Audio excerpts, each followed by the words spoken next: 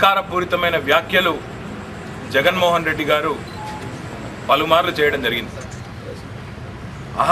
అహంకారపూరితం మాత్రమే కాకుండా అజ్ఞానపూరితమైన వ్యాఖ్యలు కూడా జగన్మోహన్ రెడ్డి గారు చాలా వ్యాఖ్యలు చేయడం జరిగింది. సీమాంధ్ర నాయకుల దృష్టిలో హైదరాబాద్ అంటే ఒక ఆస్తి మాత్రమే, ఒక రియల్ ఎస్టేటు వ్యాపారానికి సంబంధించిన ఒక భూమి మాత్రమే అనేది నిన్న మళ్ళీ ఒకసారి స్పష్టమైంది.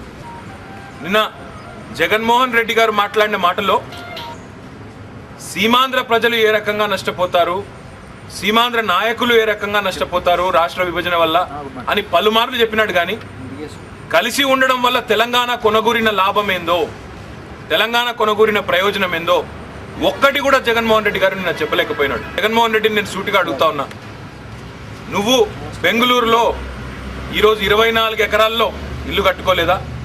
హైదరాబాదులో ఈరోజు ఒక కమర్షియల్ కాంప్లెక్స్ కట్టుకున్నట్టు 70 గదులతో ఇల్లు కట్టుకోలేదా? అంటే పులివెందులకు సంబంధించిన నువ్వు ఈరోజు హైదరాబాదులో, బెంగళూరులో, ఇంకా దేశ విదేశాల్లో ఎక్కడెక్కడున్నాయో నీకు బినామీల పేర్ల మీద ఇల్లులు కట్టుకున్నప్పుడు రేపటి రోజున సామాన్య సీమాంధ్ర ప్రజలకు, వాళ్ళు ఏ ప్రాంతానికి వాళ్ళైతేనేం కానీ సామాన్య సీమాంధ్ర ప్రజలకు ఎందుకు హైదరాబాద్లో ఇబ్బంది ఉంటుందని నీకు అనిపిస్తూ ఉన్నదని అడుగుతా ఉన్నాం. జగన్మోహన్ రెడ్డి గారు చెప్తున్న కాకి లెక్కలు, కాకమ్మ కబుర్లు ఎవరూ కూడా తెలంగాణలో నమ్మడానికి సిద్ధంగా లేరు.